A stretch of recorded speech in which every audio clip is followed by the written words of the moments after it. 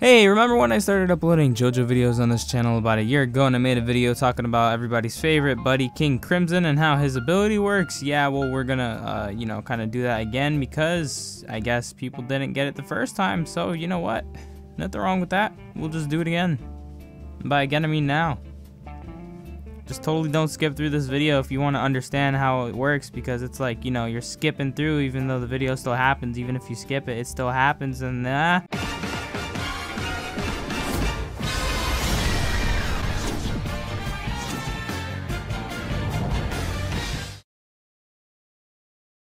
So there's two key factors that play into how this whole King Crimson stand ability works, and I wanted to bring up the first one because I feel like some people either A, kind of just don't pay too much attention to it, or B, don't pay too much attention to it, and that's Epitaph. And we normally see this the first time, I believe. It's actually shown off is when Doppio is fighting Risotto Nero, and when that happens, he's able to see a vision 10 seconds into the future by looking at his bangs. And Epitaph is just a little sub-ability of King Crimson, kind of how, I guess, Kira's other bombs would work, like Sheer Heart Attack or something, for example, just something like that. And the interesting thing about this whole Epitaph ability and it allowing the user to see 10 seconds into the future is that they only really see the final result. They don't see everything that happens up to that point that makes that happen. They don't really see, like, all the cause and stuff, so things can kind of still be changed in that. And that's something that they fully take advantage of in this fight while using it so that they don't end up getting scissors in their neck, because that's one of the visions that they saw, like that panel where it's got like all the scissors going into Doppio's neck and stuff. That was an Epitaph vision. So I find it kind of interesting that the stand itself, like with the Epitaph ability, also points out how its ability just works, and the fact that it's like, hey, I can see this and I don't see the stuff that happens up to that point, but I can see 10 seconds into the future, and then I see this happen. And it also, that goes hand in hand with how King Crimson works.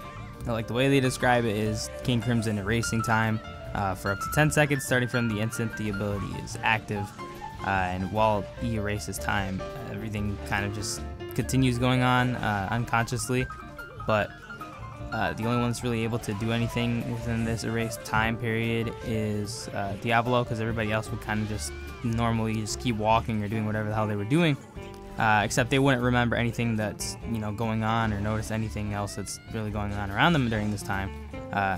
It's kind of just like they just keep going and they had no idea that it even happened in the first place, except Diavolo is able to, of course, do whatever he wants to do within this time period. And this time period also lasts based on his stamina, so when he's like a little more injured, he can't do it for as long. So in his Doppio fight, he's kind of really not able to get full advantage of King Crimson's abilities when fighting, since he is a little bit weaker for whatever reason. Reason being injury and, stuff. That's the thing that confuses a lot of people. They're like, oh, so like what the hell exactly is going on? And if you play any of the JoJo games, I like the way that they go about showcasing how things happen. If you're playing against Diavolo, let's say, in Eyes of Heaven, right, and you're fighting him and he uses King Crimson to erase time, he kind of just disappears. And you would continue doing whatever the hell you were normally doing, but then he'll reappear, and if he hits you out of whatever you're doing, and you're kind of just stuck like that. And, it's kind of true to how things worked in the series. Bucciolati saw him for a second, and then, time race happens, and the next thing you know, the guy's behind you and he's putting his hand through you and fucking chopping you up and stuff like that. And games also do this kind of thing where it's like what the manga did in that one panel where Bucciolati's like, he's kind of like looking at like the floor and it kind of looks like everything's just going haywire and it's like falling through and stuff. They do the same thing in the game, and they make the screen go like red when you activate the time race with King Crimson, which I thought was a cool way of showing that he's like moving in his own little thing without anybody else noticing.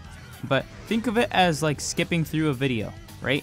If you were to skip 10 seconds right now in this video, everything that I'm saying right now that you would have skipped, I'm still saying. It still goes on. It's unconsciously and subconsciously just going on, but you wouldn't see all that and you would get to that next part. So there's this one meme where they have a bunch of like the JoJo time-related stand abilities on a remote for like a DVR or whatever, and King Crimson is basically just a skip on that remote.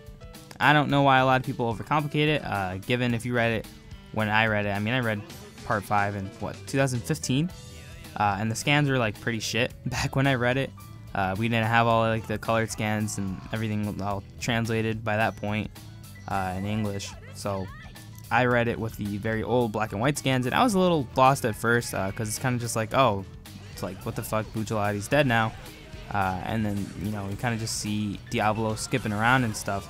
And a lot of people were confused, like myself, if you read that.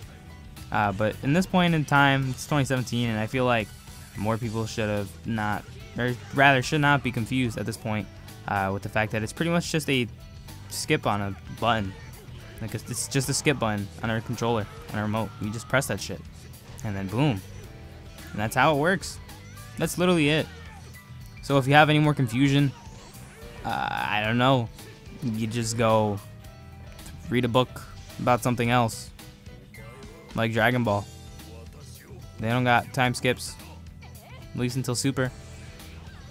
And that's kind of also its own thing, because it's like his just going into a little pocket dimension thingy, and then he comes out back into the normal time after he does his movement, and he hits. It's like, what? So technically the ability's a lot crazier than it's time. It's breaking my head.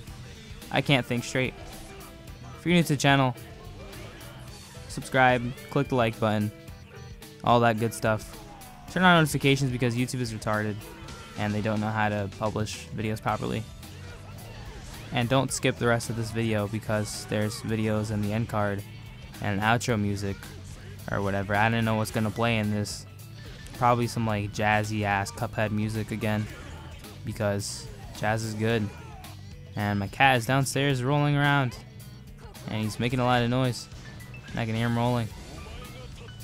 But you know what? If you skip the video, you're not gonna see the end card or hear my cat rolling in the background. You're not gonna hear my cat rolling in the background because I'm ending the video now. Don't skip.